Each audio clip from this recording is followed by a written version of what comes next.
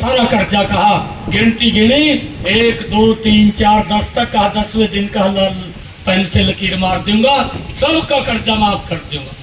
झूठ बोल दिया, बोलने में कोई जोर लग रहा था, कह दिया। परंतु उसका दुष्परिणाम क्या निकला? उसका दुष्परिणाम निकला 4000 राजस्थान के किसानों ने आत्महत्या कर ली। किसी का कर्जा एक भी भाइयों रुपया माफ नहीं हुआ। 4000 किसानों ने आत्महत्या कर ली।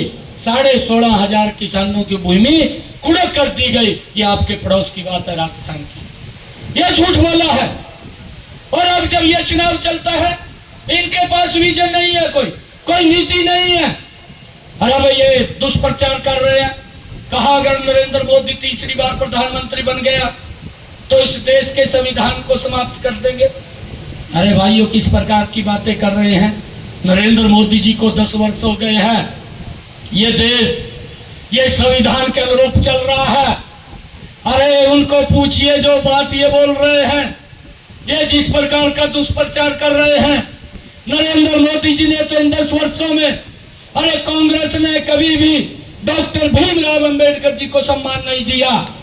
भारतीय जनता पार्टी नरेंद्र मोदी जी ने इस देश को संविधान के अनुरूप चलाया और उस संविधान निर्माता को जो उसके 5 स्थल थे उनको पंचतीर्थ के रूप में विकसित करके उसको सम्मान देने का काम भी नरेंद्र मोदी जी ने किया है। भाई इस बात को हमने समझना चाहिए कि किस प्रकार की अफवाहें, किस प्रकार का झूठ बोलते हैं।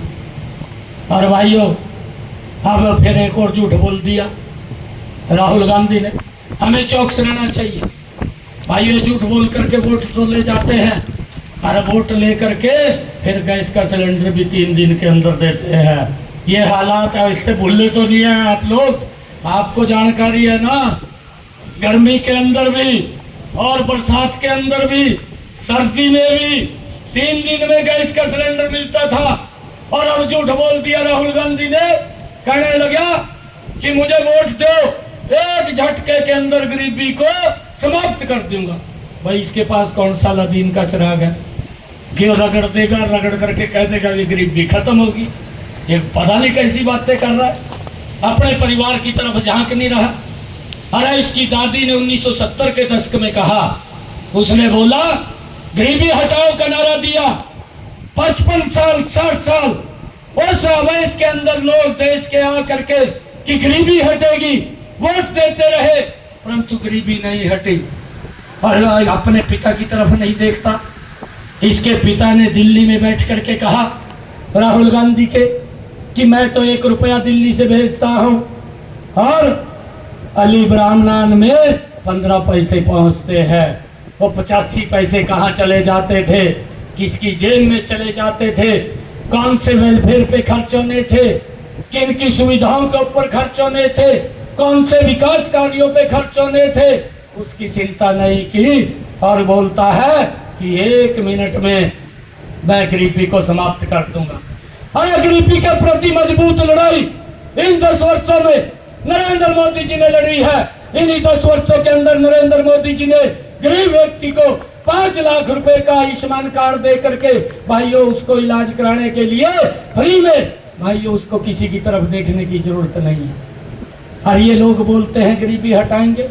मैं तो यहाँ के लोगों की भी, जो यहाँ के नेता हैं कांग्रेस के, उनको भी बताना चाहता हूँ। लंबे समय तक वो इस प्रदेश के अंदर सत्ता के अंदर रहे हैं। भाइयों हमारी माताएं इतनी भारी संख्या के अंदर बैठी हैं, मेरे तो ध्यान में है 2-2 किलोमीटर की दूरी से सर के ऊपर मटका रख करके पीने का पानी घर में लेकर के आती थी। इनको तकलीफ का मालूम था कि वो पानी घर में कैसे आता है, परंतु उसकी चिंता नहीं हुई। अगर चिंता किसी ने की है तो नरेंद्र मोदी जी ने की है। हर घर के अंदर नल और उसमें स्वच्छ जल पहुंचाने की व्यवस्था इन्हीं 10 वर्षों के अंदर ये नरेंद्र मोदी जी ने की है। यह गरीबी के प्रति लड़ाई है। अरे 4 करोड़ माताओं को, बहनों को मकान बना करके इन 10 वर्षों के अंदर नरेंद्र मोदी जी ने दिए हैं। ये गरीबी के प्रति मजबूत लड़ाई है। और भाइयों 50 करोड़ लोग ऐसे थे, ये कांग्रेस के लोगों ने उपहास उड़ाया कि जिनको बैंक में जाने का अधिकार नहीं था। आप सबको मालूम है कि अगर गरीब व्यक्ति किसी को बैंक में जाना पड़ जाता था भाइयों उसको समस्या होती थी बैंक में खाता खुलवाने के लिए, खाता नहीं खुलता था, अपमान सहन करना पड़ता था। नरेंद्र मोदी जी ने कहा कि किसी गरीब को चिंता नहीं है, जीरो बैलेंस के ऊपर जा करके खाता खुलवा सकता है। 50 करोड़ लोगों के जनधन खाते खोलने का काम, सम्मान देने का काम इन 10 वर्षों में गरीब व्यक्ति को नरेंद्र मोदी जी ने दिया। इस बात को हमने समझना चाहिए कि सरकार गरीबी के प्रति मजबूत लड़ाई लड़ रही है। और मुझे खुशी है बताते हुए, मोदी जी ने बहनों के लिए सेल्फ हेल्प ग्रुप की हमारी जो बहनें हैं उनको मजबूत करने का काम किया और उन तक पैसा पहुंचाने का काम करते हुए नरेंद्र मोदी जी ने 1 करोड़ लखपति दीदी बनाने का काम पिछले 10 वर्षों के अंदर ये नरेंद्र मोदी जी ने किया। और आगे भी टारगेट लिया है। नरेंद्र मोदी जी ने कहा आने वाले समय के अंदर 3 करोड़ लखपति दीदी बनाने का काम ये हमारी सरकार करेगी। जब गरीबी के प्रति इतनी मजबूती से लड़ाई लड़ी तो इसका परिणाम ये निकला कि देश की 25 करोड़ लोग गरीबी रेखा से बाहर लाने का काम ये नरेंद्र मोदी की सरकार ने इन 10 वर्षों के अंदर किया। भाइयों हम देखते थे यही यहाँ के जो नेता थे 2 रुपए का चेक मुआवजे के नाम के ऊपर किसानों को, 5 रुपए का चेक उपहास करते थे किसान के साथ।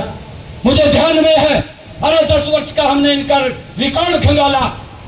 भूपेंद्र सिंह हुड्डा मुख्यमंत्री थे, इनका रिकॉर्ड खंगाला। हमारे जेपी दलाल जी बीच में बैठे हैं, कृषि मंत्री है, इनका रिकॉर्ड खंगाला। इन्होंने मात्र अपने 10 वर्ष के कार्यकाल में 1100 करोड़ रुपया किसान की फसल के मुआवजे का देने का काम किया। परंतु हमारी सरकार ने इन 9.5 वर्षों के अंदर, ये हमारी डबल इंजन की सरकार, भाइयों किसान को 12,500 करोड़ रुपया डायरेक्ट किसान के खाते के अंदर पहुंचाने का काम ये हमारी सरकार ने किया है। किसान को मजबूत किया, किसान को सशक्त किया। अरे इस बात को भी हमने समझना चाहिए।